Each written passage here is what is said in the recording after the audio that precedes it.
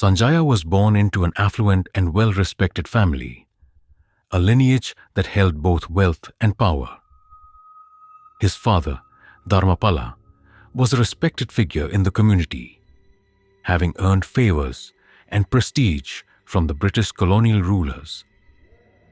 In his youth, Sanjaya received an education in England, graduating with honors, and returned to manage the family's various estates, including tea plantations and other lucrative businesses. Upon the death of his father, Sanjaya, being the only son, inherited the family empire. Unlike many other businessmen, Sanjaya rarely involved himself directly in the day-to-day operations of the family business, letting his estate managers handle the plantations while he remained mostly aloof. However, his personal ambitions grew, and soon he turned his focus towards politics, hoping to secure a powerful position within his local political party. His investments in the party were substantial, and for years, he poured money into the cause, hoping that it would one day pay off. However, despite his efforts, Sanjaya's political aspirations were thwarted. The reason for his failure was a long-standing feud between his late father, Dharmapala, and the leading political figure in the region, Kusal Pereira. This bitter rivalry led to deep animosity between the families, a barrier that Sanjaya couldn't cross despite all his efforts. Desperate to achieve his political goals, Sanjaya began seeking unconventional means. He turned to occult practices, desperate for anything that might give him an edge over his enemies. In his search, he heard of a notorious sorcerer named Achira, known for her mastery of dark rituals in the southern regions of the country. Many claimed she could bend the forces of nature to one's will. Sanjaya, seeing no other option, decided to seek her help. "Achira, I need your assistance," Sanjaya said, his voice laced with both anxiety and determination. "I will pay whatever you ask. I need power, something to break the curse that has held my family back for generations." Achira, an old woman with sharp eyes and a presence that seemed to make the air heavy, looked at him with a knowing gaze. "You come to me in desperation, but understand this. What I offer comes with a price that many before you could not pay." Sanjaya nodded vigorously, eager to seize whatever she had to offer. "I will pay, no matter the cost." The next day, Achira led Sanjaya to a secluded temple in the jungle, hidden from the eyes of ordinary people. It was an eerie place, where the air seemed thick with a sinister energy. Torches flickered, casting strange shadows on the ancient stone walls. Inside, a circle of symbols had been etched into the ground, and in the center was a small altar. "This ritual is not for the faint of heart," Achira warned, her voice a low murmur. "You must offer something rare, something pure. A life. Only then can you obtain the power you seek." Sanjaya's eyes narrowed. "A life?" he asked, his voice trembling slightly. "You must provide a soul, young one. The sacrifice must be made, and the ritual must be performed precisely as I tell you. If you fail, you will pay the price," Achira said, her voice steady, but full of foreboding. Sanjaya, driven by ambition, agreed. "I will do whatever it takes." Achira's eyes gleamed with a knowing glint as she began preparing the ritual.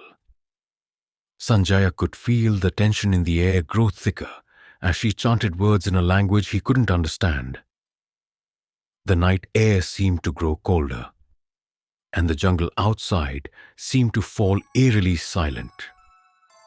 The ritual required a child's spirit, a pure soul who had not yet seen the world fully. Achira instructed Sanjaya to find a child from a nearby village. someone who could be sacrificed for the power he sought.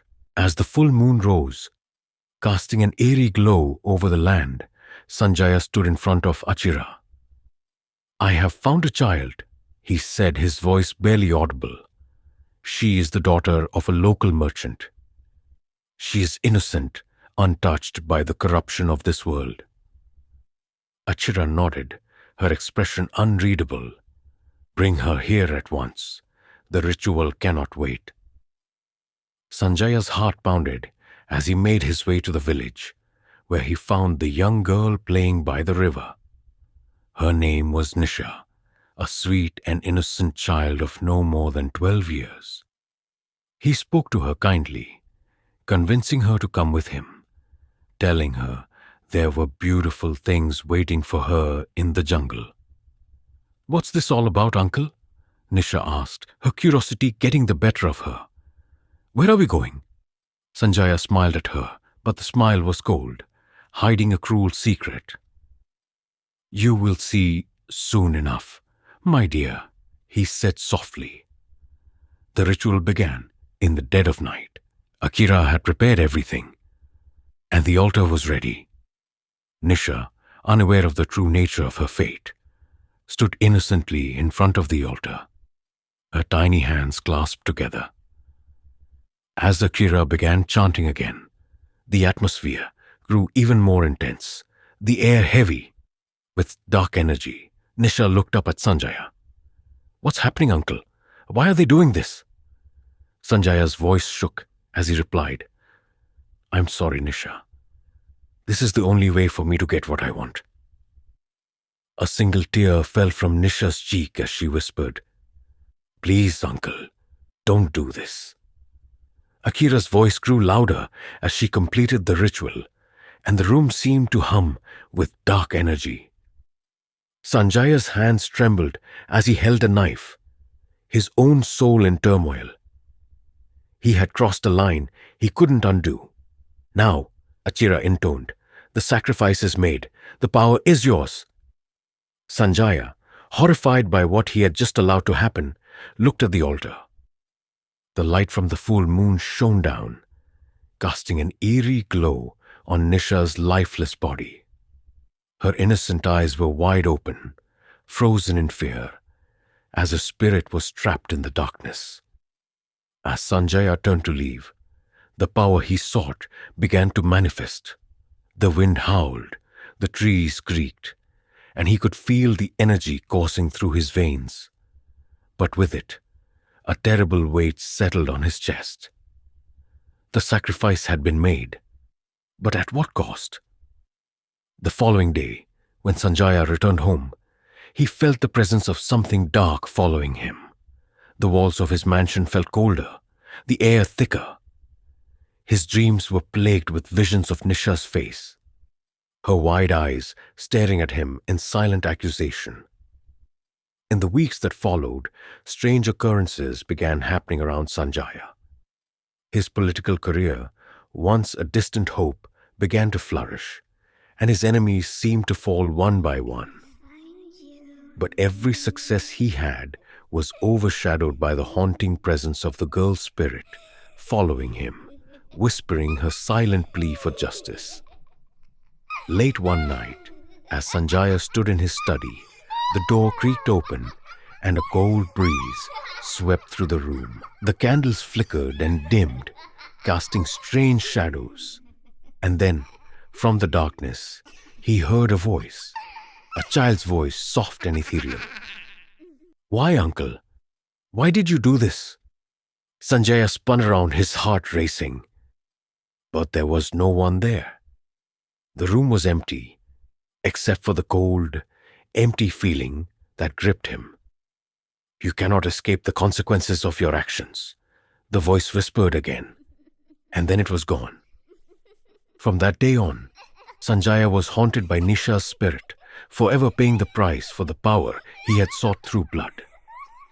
The mansion became a prison, the walls closing in on him as he was consumed by guilt, regret, and the weight of his own actions.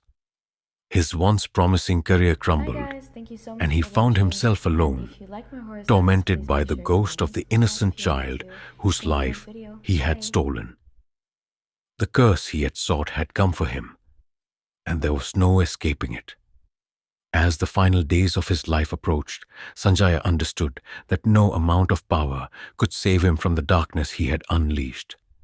He had lost everything: his fortune, his future, and his soul. And in the end, the ghost of Nisha watched over him, her silent eyes forever filled with accusation.